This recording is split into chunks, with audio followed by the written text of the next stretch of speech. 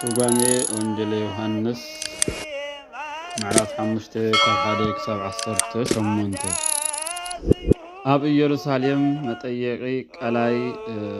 روباتي كم زنبرة بدحرزي بعال أهيد كونك قدام معالتي إيو ويتا يسلمان أب يروساليم ديبه أب يروساليم متأمقي محسبي مالت صلت نبره روباتي مالت ناي فوسي ناي بعال ناي مسوائت ناي قبعي بوتا مالت إيو كلم بترا تبهال ببرايستها بيت السايدة تبهال إزرما بيت مدهانيت مالت إيو أباقي زحم بسالو أباقي زحت سبالو كالاي إيو نعونت عصد أباقي محنباس أباقي إيبل حمات دكسلو حمش تمدب النبارو مجلتي سلمان بطبب سحيبو ذأتو ماي إيو نبي إساياسن نقص إسكياسن حاب أو تقو ماي ما أكليك لئتو رفت كم زبل أبشار شاي قوم بإسي قمت سبعي ذو ماي إيو سنكسار شدشت مسكرم نملكت إزي ماي طولوت إزي قدام حاد حموم زحوي زنبرا إيو وهي يسكبوا بوزهان دويان أبتي حمشت مدب بزحات حمات يدك سنبرو عوراتن حانكاساتن أكالهم زنقت أكالهم زلمس حمات أو يدك سنبرو نبتي ماي من نوات يتبيو نايتي ماي من نوات يتبيو نبرو كمي ملاك እግዚአብሔር ናብቲ ማይ ጸሎት ክወርድ ከሎ እቲ ማይ ይናወጽ ነበር እቲ ድሕሪ ምንዋጽ ማይ አቀዲም ወሪዱ ዝሕጸብ ድማ ካብ ዘለዎ ኩሉ ሕማም ይሓዊ ነበር መላክ እግዚአብሔር ነቲ ማይ ንምንታይ ይወርድ ነበር እንተበልና ማይ ክቅድስን መስዋዕቲ ክዕርግን እዩ እዚ ድማ ምሳሌ ዘለዎ እዩ እቲ ማይ ናይ ጥምቀት እቲ ሓሙሽተ መደብ ናይ ሓሙሽተ ኣእማደ ምስጢር ሓሙሽተ ዓይነት ሕማም ዝነበሩ ናይ ሓሙሽተ ጾታ ምእመናን እዩ ሓሙሽተ ጾታ ምእመናን ዝተባህሉ ድማ ኣእሩግ ወራዙት ኣንስቲ ካህናት መነኮሳት እዮም ናይ ሓሙሽተ ጾታ ምእመናን ጠባይ ከዓ በዚ ስዕብ ይግለጽ ኣእሩግ ኣረክቶት ጾሮም ፍቅሪ ገንዘብ እዩ መን ከረድአና መን ክጥውረና እናበሉ ገንዘብ ምእካብ ይፈቱ እዮም እዚ ሓዲጉ ብናይ ወራዙት ስምዒት ብዝሙት እንተ ተቃወሞም በጸጋ ጥምቀት ይስዕርዎ ናይ ወራዙት ጾር ዝሙት እዩ ነዚ ሓዲጉ ብፍቅሪ ገንዘብ እንተ ተቃወሞም ብጥምቀት ብዝረኸብዎ ሓይሊ መንፈስ ይስዕርዎ ናይ ኣንስቲ ጾር ተርእዮ ምንዝርና እዩ ነዚ ሓዲጉ ብኻልእ ስምዒት እንተ ተቃወመን بتمكات بزرخب أو حيل منفس قدس يسعرو ناي كهنات صور تعبيت إيو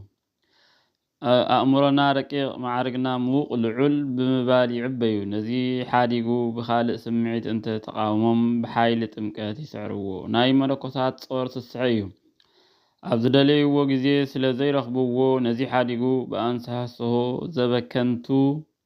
زروت انت تقاومو بحيل تمكات يسعرو ዮሐንስ አፈወርቅ በእንተ መጻጉዕ ዮሐንስ አፈወርቅ ኣብ 7ይ ክፍሊ ተግሳጽ ብዛዕባ እቲ 38 ዓመት ዝደነሰ ሰብ ኣብኡውን ካብ ዝሐምም 38 ዓመት ዝኾኖ ሰብኣይ ነበረ 38 ዓመት ዝሐመመ ሰብኣይ ነበረ ጎይታ ኢየሱስ ንዕኡ ኣብ ዓራቱ ደቂሱ ምስ ረኣዮ ብዙሕ ግዜ ከም ዝሐመመ ፈሊጡ ክትሓውዶ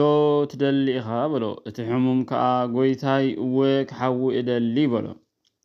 እወ ከም ዝበሎ ይፈልጥ ዶ ኣይኮነን እንተበልና ዝፈልጥ እኳ እንትኾነ ስርሑ ብዘይ ምኽንያት ኣይሰርሕን እዩ ነቲ ሕሙም ብድልየቱ ከም ዘሕወዮ ንምግላጽ እዩ ኣላ ሰብ ኣልብየ ከመሶበ ይታወቅ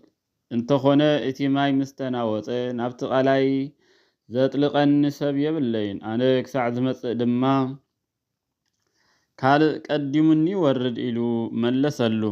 ሰብ የብለይን ምባሉ ተሰኪሙ ናብቲ ማይ ጸሎት ከውርዶ ስለ ዝደለየ እዩ ወይበሎ እግዚ ኢየሱስ ተንስ ወንሳ ዓራተከ ወሁር ጎይታ ኢየሱስ ከዓ ተንስ እሞ ዓራት ካልዒልካ ኪድ በሎ እቲ ሰብኣይ ብኡ ንብኡ ሓወ ዓራቱ ኣልዒሉ እውን ከደ እታ መዓልቲ እቲኣ ሰንበት ነበረት أيهود قويتا يسوس كم زخسسو ስለዝውን አይሁድ ነቲ ዝሓወየ ሰብኣይ ሎሚ ሰንበት እዩ ዓራት ካልዒልካ ክትጸውር ከዓ ኣይፍቀደካን እዩ በልዎ። ንሱ ግና እቲ ዘሕወየኒ እዩ ዓራት ካልዒልካ ኪድ ዝበለኒ ኢሉ መለሰሎም። ንሳቶም ከዓ እቲ ዓራትካ ኣልዒልካ ኪድ ዝበለካ ሰብኣይ መን እዩ ኢሎም ሓተትዎ። እቲ ዝሓወየ ሰብኣይ ግና ጎይታ ኢየሱስ ኣብ ማእኸል እቶም ኣብቲ ቦታ ዝነበሩ ሰባት ተኸዊሉ ስለ ዝነበረ እቲ ዘሕወዮ መን ከም ዝኾነ ኣይፈለጠን። ዘሕወዮ ብዘይምፍላጡ ከዓ ስንፍና እዩ። ብድሕሪ እዚ ጎይታ ኢየሱስ ነቲ ዝሓወየ ሰብኣይ ኣብ ቤት ጸሎት ረኸቦ እሞ እንሆ ሓዊኻ ኣለኻ፣ ካብዚ ዝገድድ ከይረኽበካ መሊስካ ሓጢኣት ከይትገብር ተጠንቀቕ በሎ። ካብዚ ዝገድድ እንታይ ኣሎ እንተበልና እቲ ናይ ቅድም ደውየ ስጋ እዩ። እዚ ናይ ሎሚ ግና ደውየ ነፍሲ እዩ። በደል ምፍጻም ከዓ ኣይተርፍን። ብዕለት ስቕለት ንጎይታ ኢየሱስ ገጹ ምትጸፍዖ ኢዱ ከም ዝነቐጸ ይንገር። ደውየ ዘንጽህ፣ ደውየ ዘእስየት፣ ደውየ ዘመቅሰፍት፣ ደውየ ዘኃጢኣት ኣሎ። ደውየ ዘንጽህ ዝበሃል ከም ናይ ጢሞቴዎስ ብንጽህና ብትምህርቲ ዝመጽእ እዩ። ቀዳማይ ጢሞቴዎስ 5:23 ደውየ ዘእስየት ከም ናይ ኢዮብ ዋጋ ዘለዎ ሕማም እዩ። ኢዮብ 2:10 ደውየ ዘመቅሰፍት ዝበሃል ከም ናይ ሳኦልን ከም ናይ ሄሮድስን ዝመስል ሕማም እዩ። ቀዳማይ ሳሙኤል 18:10 ግብረ ሐዋርያት 12:23 ደውየ ዘኃጢኣት ዝበሃል ከዓ ከምዚ ን38 ዓመት ተደኒሱ ዝነበረ ሰብኣይ እዩ። እቲ ሰብኣይ ከዓ ከይዱ እቲ ዘሕወዮ ጎይታ ኢየሱስ ከም ዝኾነ ንኣይሁድ ነገሮም። ስለዚ ብሰንበት ነዚ ነገራት እዚ ስለ ዝገበረ ማለት ሕሙም ስለ ዘሕወየ ኣይሁድ ንጎይታ ኢየሱስ ኣሰረድዎ፣ ክቐትልዎ እውን ይደልዩ ነበሩ። ቀዳማይ ጎይታ ኢየሱስ ከምዚ ኢሉ መለሰሎም፣ ኣቦይ ክሳዕ ሕጂ ይዓይ ኣሎ፣ ስነ ፍጥረት ምምልላሱ እዩ። ኣነ እውን ዓይ ኣለኹ፣ ስነ ፍጥረት ኣመላልስ ኣለኹ። ካልኣይ ኣቦይ ክሳዕ ሕጂ ይዓይ ኣሎ ማለት ብመዓልቲ ሰንበት ቀዳም በታ ኣብ ላዕሊ ተጠቒሱ ዘሎ ማይ ጸሎት ምኽንያት ሓደ ሕሙም ይሕውእ ኣሎ። ኣነ እውን ስራሐይ ይሰርሕ ኣለኹ። እዚ ማለት ብመዓልቲ ሰንበት ነታ 18 ዓመት ጎቢጣ ዝነበረት ሰበይትን ነዚ 38 ዓመት ተደኒሱ ዝነበረ መጻጉዕን ከም ዘሕወየ ምግላጽ እዩ። ሉቃስ 13:10-11 ስለዚ ሰንበት ብምስዓሩ ጥራይ ዘይኮነስ ንኣምላኽ ድማ ኣቦይ ብምባሉ ንርእሱ ምስ ኣምላኽ ስለ ዘመዓራረየ ኣይሁድ ክቐትልዎ ይደልዩ ነበሩ።